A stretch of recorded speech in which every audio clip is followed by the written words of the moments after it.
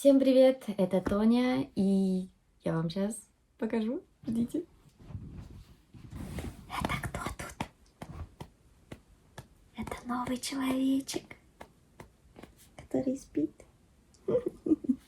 В общем, прошло уже 3 недели с того момента, как я родила свою вторую дочку, поэтому пришло время записать видео про роды.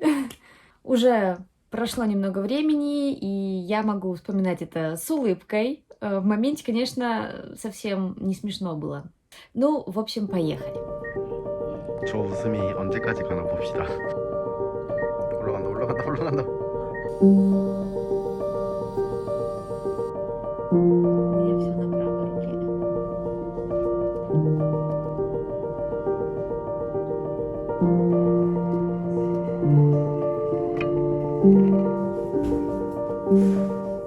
12 апреля ко мне прилетели мои родители из России, чтобы помогать мне. Основная цель была того, чтобы родители могли присмотреть за Риной у нас дома, в квартире, в привычной для Рины обстановке, никуда ее не везти, до тот момент, пока мы с мужем будем в больнице на родах.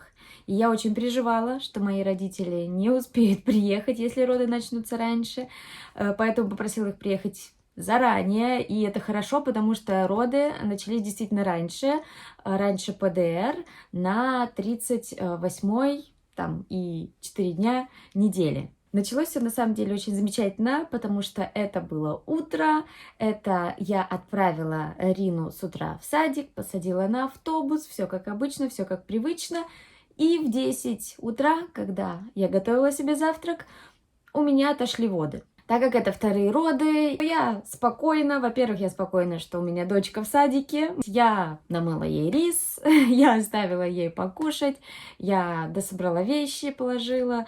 В общем, позвонила мужу. Муж приехал где-то через 40 минут домой, и мы отправились в больницу. В больнице мы были уже где-то в 11 часов, 11:30, по-моему, мы были уже в больнице. Воды у меня продолжали отходить, муж уже был такой на нервах, суетился. Я была спокойна.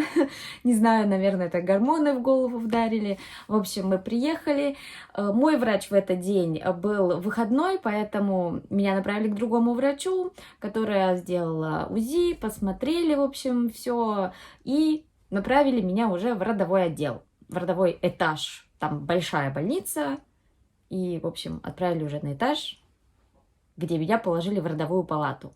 В родовой я переоделась, у меня взяли все анализы, подготовили, мне поставили уже капельницу витаминную, так как уже кушать и пить было нельзя, то есть она была вместо еды и питья. Мне подключили КТГ, в общем, положили, все, меня подготовили.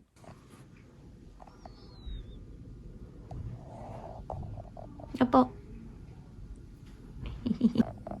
Ну что? Приехали рожать вторую.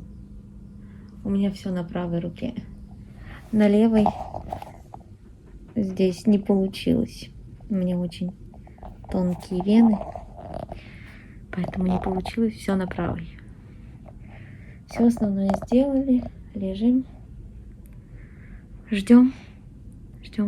Но время шло, а схватки в этот раз не начинались, поэтому мне поставили капельницу с окситоцином. Капельница с окситоцином вызывает схватки неестественным путем, поскольку воды отошли и родовая деятельность должна начинаться. Раз она не начинается, ее необходимо стимулировать. После окситоцина схватки появились, они стали нарастать, учащаться их периодичность и усиливаться их болезненность.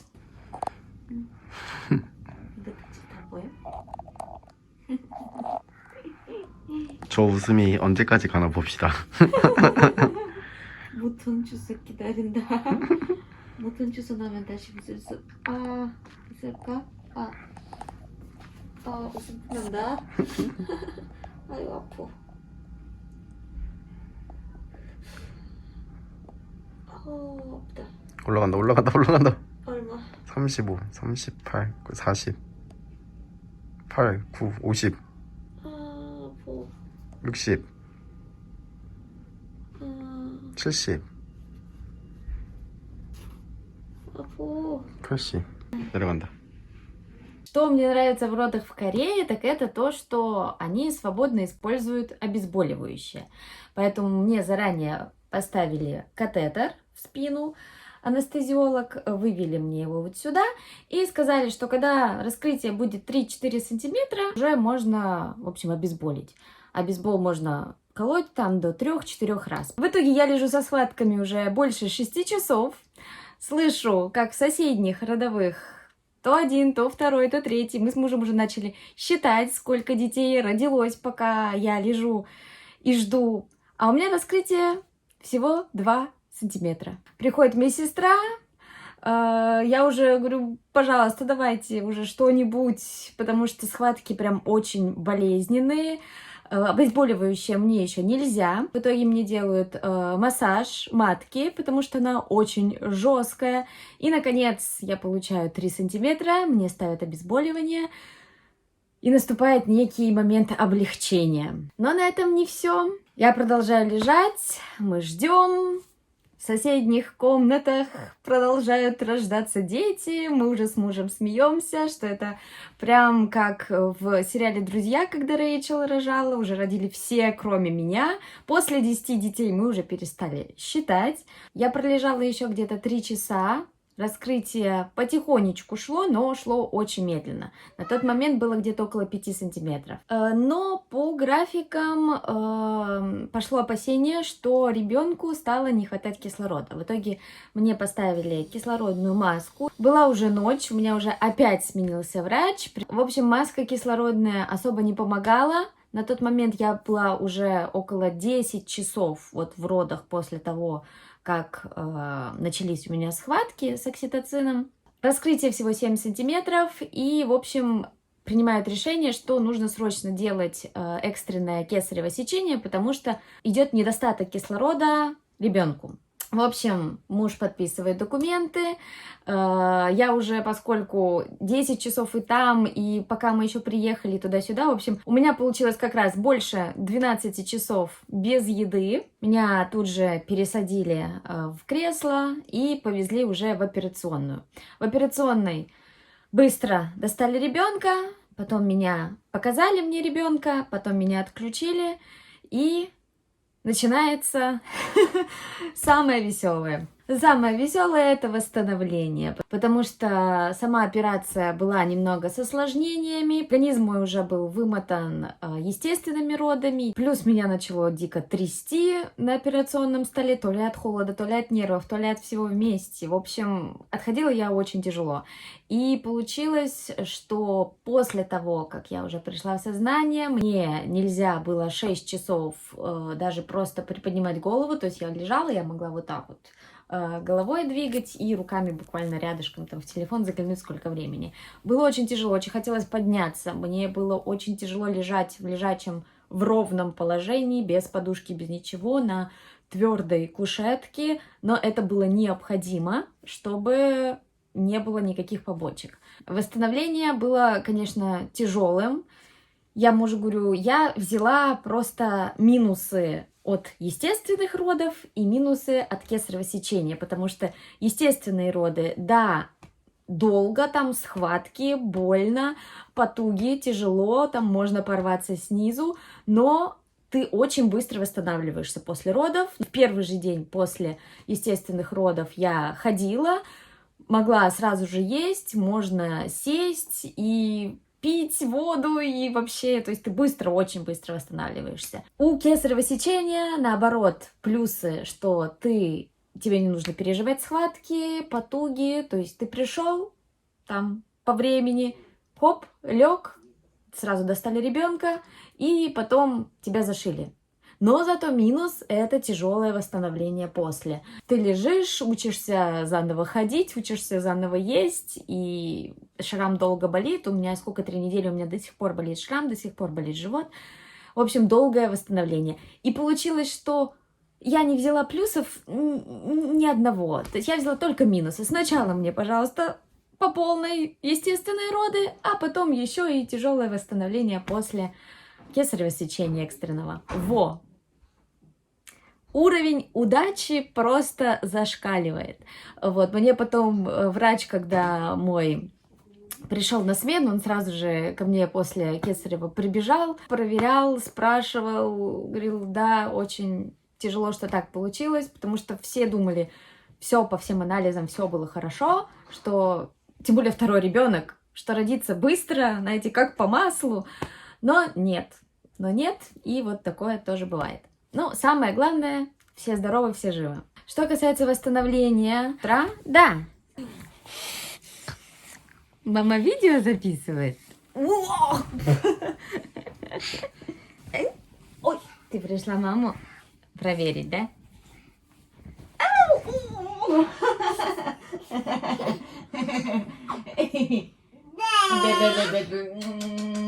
В общем, в итоге я пролежала сначала 6 часов в ровном положении. После 6 мне можно было уже по чуть-чуть начинать пить воду. После 8 часов, то есть еще через 2, мне можно было немножко приподниматься. И еще через 6 часов у меня, наконец, была первая еда. Самая вкусная еда в мире. Это был просто без ничего, без соли, без ничего. Такой кисель из риса, с которого начинают обычно прикорм детям в 6 месяцев в Корее. И тофу, то бишь тубу, с соусом соевым. И это было очень вкусно. Это было очень безумно вкусно. Еще можно было выпить торетто. Вот так вот меня муж с ложки кормил. По ощущениям, я чувствовала себя как муха, которую просто на полной скорости сбили на машине, и она вот так вот на лобовом стекле распласталась. Вот это была я. Первые сутки это было ужасно. Помимо всего этого, я была очень сильно опухшая, но по словам мужа, то, как я выглядела, когда я уже могла посмотреть на себя в телефон, то бишь после 8 часов, это было уже нормально. То есть после операции, когда меня уже перевезли из реанимации и переносили на палату, муж, естественно, уже из реанимации до палаты меня уже сопровождал и в палате помогал переносить меня на кровать. Поэтому он видел меня сразу. И он говорит, что я была еще хуже. Была очень сильно опухшая, у меня было ужасное состояние, но, впрочем, именно так я себя и ощущала. Поэтому вот это я уже наполовину, у меня уже и отек сошел, и я уже выглядела ничего так себе. В общем, ходить мне разрешили только, получается, через 1,5-2 суток, потому что меня привезли в палату ночью, потом день, и потом только на следующее утро. До этого я не могла сама даже на бок повернуться. Я буквально держалась за перила, и меня медсестра поворачивала, чтобы еще делать там уколы и манипуляции проводить. Я лежала бревном 1,5 суток. И еще так как мы были в общей палате, то, естественно, ребенка мне вообще не приносили, потому что в общую палату приносить из-за других сопровождающих нельзя. 2 ночи мы провели в общей палате на 5 человек, потому что не было еще мест одноместных. На следующие сутки я уже начала потихоньку ходить.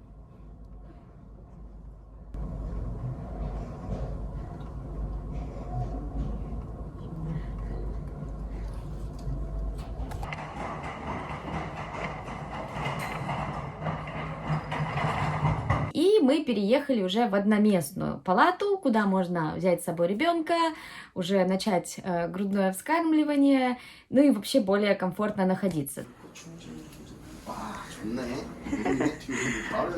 Освободилась. Одноместная. 여기 잘 수 있다 이제 편하게. 여보니가. И мы сегодня переехали в одноместную. 우라. 바닥에서 계속 누가 오면 이렇게 일어나야 되잖아. 그치. 너무 힘들었어. 담나도 부읍시다. 저기 계속 일어났어야 됐지. 아이고 고생했다.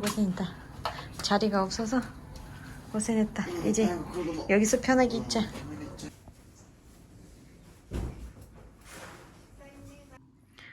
В своем номере намного удобнее кушать. Место есть, пространство и вообще приятного аппетита. Там я уже начала двигаться, потихоньку восстанавливаться, хотя, конечно, все равно все это давалось трудом. Везде мне муж помогал подниматься, наклоняться. Не дай бог, я больше всего боялась кашлять и чихать, потому что это было как будто заново, в общем, все разрезается там по ощущениям, поэтому я вот так вот только кашляла и старалась вообще не чихать.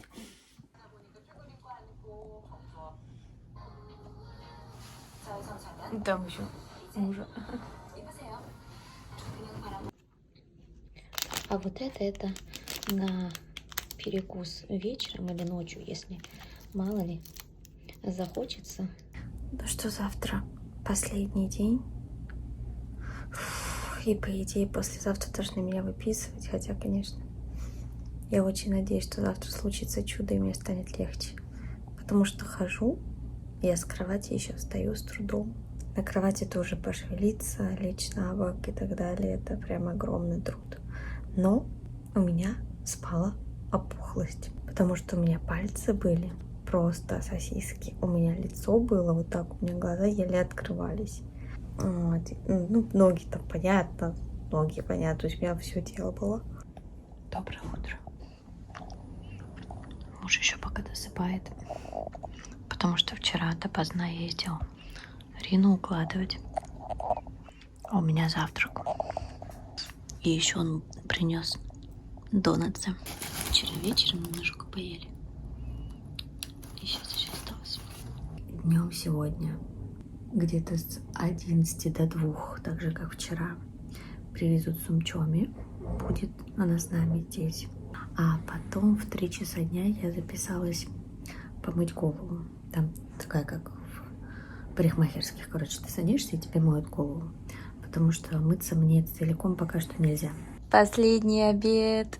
Завтра утром только позавтракаем и домой.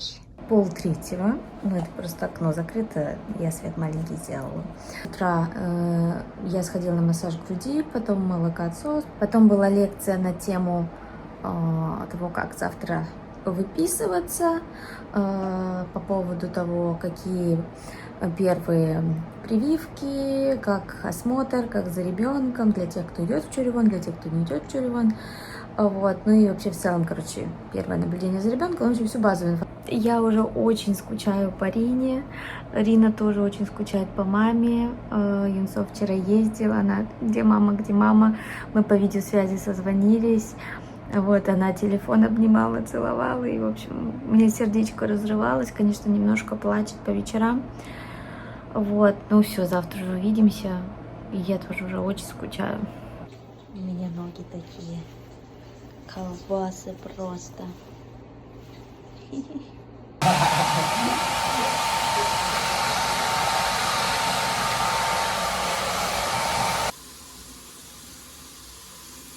Дисарам чаром чумпуйки. Тебе как-то качи?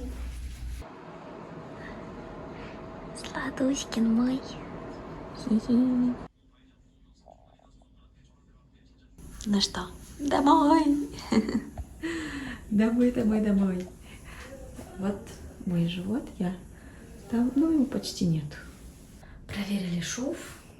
Все. В общем, хорошо.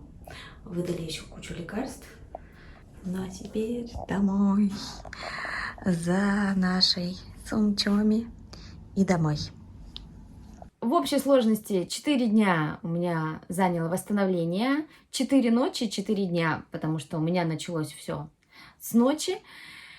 И да, конечно, это несравнимо с тем, как я восстанавливалась после естественных родов, несмотря на то, что естественные были первые роды тоже нелегкими, тоже болезненными, но все равно кесарево сечение было намного тяжелее, и восстановление после него намного тяжелее.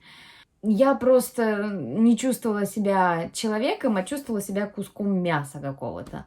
Сейчас это, конечно, уже прошедшее время, поэтому сейчас об этом говорить уже проще. Мне уже сняли швы, и осталось только теперь полгода ухаживать за швом. Вот, кстати, еще тоже, если после естественных родов, там, через месяц, когда уже все полностью зажило внизу, то ты, в принципе, возвращаешься к обычной жизни, то после кесарева тебе еще полгода нужно ухаживать за швом, клеить пластыри. 2 месяца нельзя особо физических нагрузок. Это, конечно, тяжело, когда есть первый ребенок, хочется с ним уже и побегать, и попрыгать, и покрутить на руках, и, в общем, тому подобное. Несмотря на то, что сейчас я уже и наклоняюсь, и двигаюсь достаточно свободно, все равно это болезненно до сих пор, и болеть будет еще минимум месяц, сказали. Поэтому, да, это, конечно, тяжело. Ну и как мне завершить это видео? Не знаю. Хорошо все то, что хорошо кончается. В общем, вот такая история родов получилась. Теперь у меня многодетная семья, 2 ребенка. И это тоже очень весело. Об этом тоже стоит снять отдельное видео. Спасибо, что посмотрели. Всем пока-пока!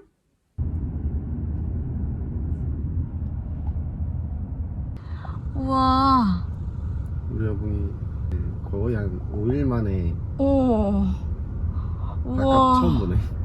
바퀴 이렇게 이쁘네 벌써. 바깥은 이렇게 생겼어. 와, 이쁘다. 그 스티커지? Подарок от Сумчоми для Рины.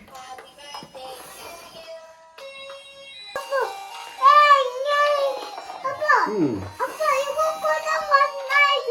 고장 났어요? 아 이거 안 가.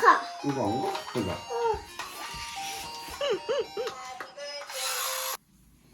Вдвоем натягивают мне. Чуть-чуть даже Сосиски. синяя сосисочка, сарделечка. Да, Это уже не сосиска, это уже сарделька. Это точно. Пуэса. 아기가. 이겼다. 아기 성 먹어. 아기 손 먹어?